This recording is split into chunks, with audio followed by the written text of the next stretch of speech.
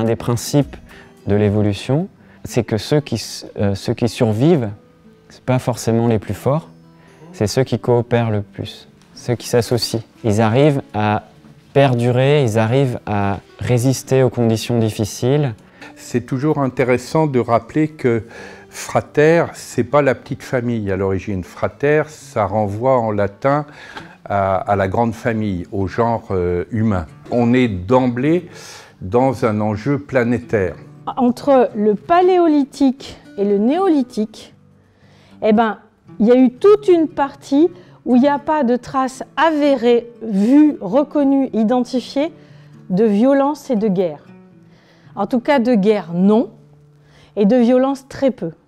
On a cherché, et dans les traces qu'on voit des ossements, on trouve très rarement des traces de violence faites délibérément d'humain à humain, et les traces de guerre, elles sont récentes. Les symbioses sont partout, en fait. Partout dans le monde vivant, ce qu'on a fait dans notre tour d'horizon, c'est de constater que tous les êtres vivants ont des relations d'entraide. Nous sommes menacés comme famille humaine, mais nous sommes menacés par notre propre part d'inhumanité. Heureux l'homme qui, dans les limites de sa propre faiblesse, soutient son prochain, autant qu'il voudrait être soutenu par lui dans un cas analogue. L'image en tant que telle, selon où elle est placée dans cet espace à l'intérieur de nous, elle va produire des choses différentes. Et du coup, on a aussi mis en bas le diable, les mauvaises valeurs, les méchants, la saleté, et pourquoi pas aussi les SDF, puisqu'ils sont là par terre, tout sales et tout noirs.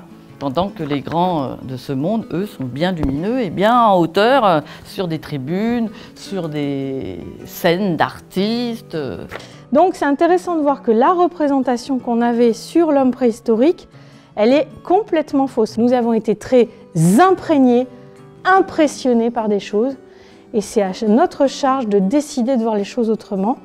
Donc si on peut se réapproprier que notre humanité a été bien plus aidante, aimante et bienveillante pendant si longtemps avant, c'est pas mal.